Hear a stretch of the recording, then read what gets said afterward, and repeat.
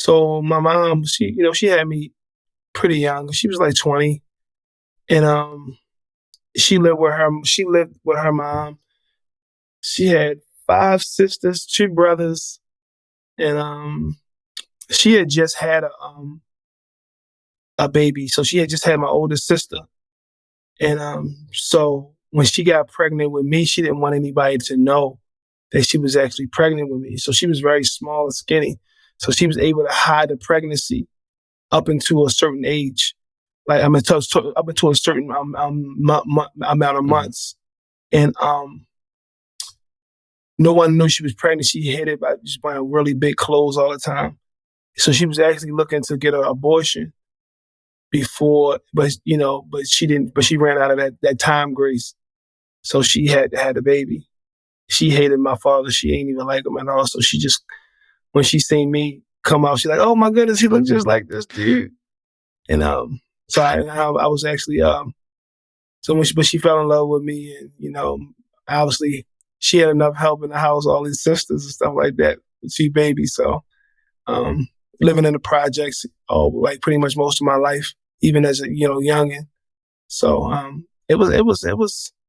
I really felt like my family was a family, like full of love, but um, it was just a crazy situation knowing that like you could have been aborted, like Right. because of like shame. You know what I'm saying?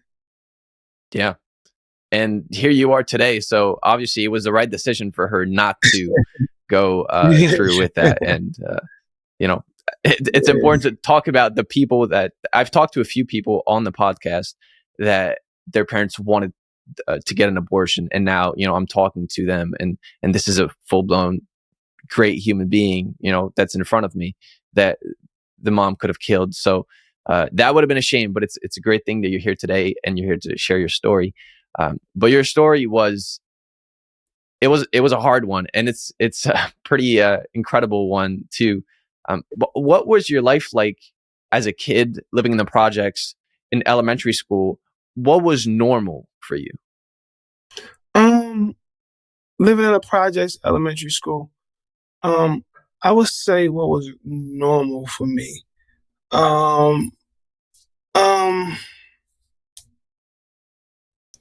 seeing, having to protect yourself, having to learn how to fight, know how to protect yourself. Um, you felt special. You knew you were special.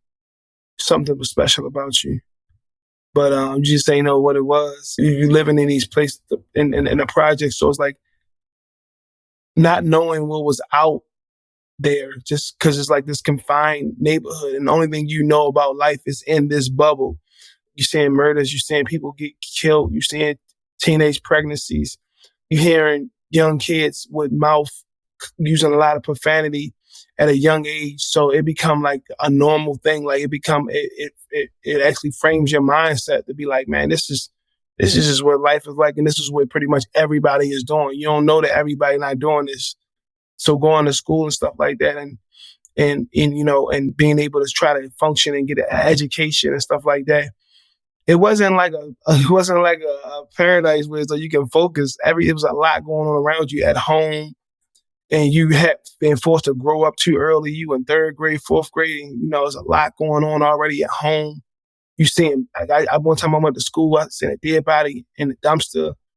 I seen people get beat up, hit in the head with sticks. I seen shootouts at a young age. Even just so kids in school with guns. You know what I'm saying? So it was different. It was most definitely different.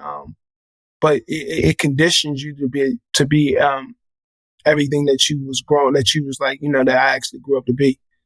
Yeah. Well, you talked about being confined in these neighborhoods and not knowing what was out there. So my question for you is, did you have a concept of good and evil? Because a lot of things were normalized in your environment, murder and shooting, those things were normal. Did you understand uh, some things were good and some things were evil at a young age? Oh yeah, I most definitely had an understanding of that. Like, like I said, my family was, they most definitely separated. Even though they was in sin, they did different things. They would always say that, "Don't do what I do. This is not right. Do this." They would always separate the differences. from good and evil. So I did have an idea. I did know, bullying people was wrong. I did know, cussing was wrong. My mother wouldn't like let me just say anything out my mouth. She like, boy, don't you use that language. I'm like, well, I hear you saying it. Like, maybe, you know what I'm saying? Like you saying this stuff. But so I did have an idea about certain things. And even watching TV, at the time, TV wasn't as bad as it is today. Like you would see like family, you would see nice family TV shows like, oh, wow, that's a family. Like, you know what I'm saying? So you would see stuff like that. So I had an idea, I had a really good understanding of the difference between good and evil. And I would always feel my conscience would convict me about certain things that I was doing. Like, man, for some reason that wasn't right.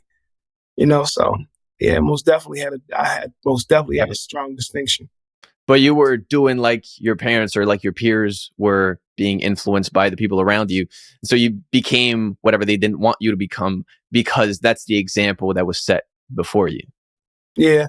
So everything that I became was basically a product of my environment. Like I seen the things what happened was that the things that people glorified. When I started seeing that they was glorifying having the girls, that was a cool guy. Like he was the guy that got the respect. He was the guy that got words of affirmation and stuff like that. Like he was the guy who, you getting all the girls, you getting money, you can fight. People actually respect you.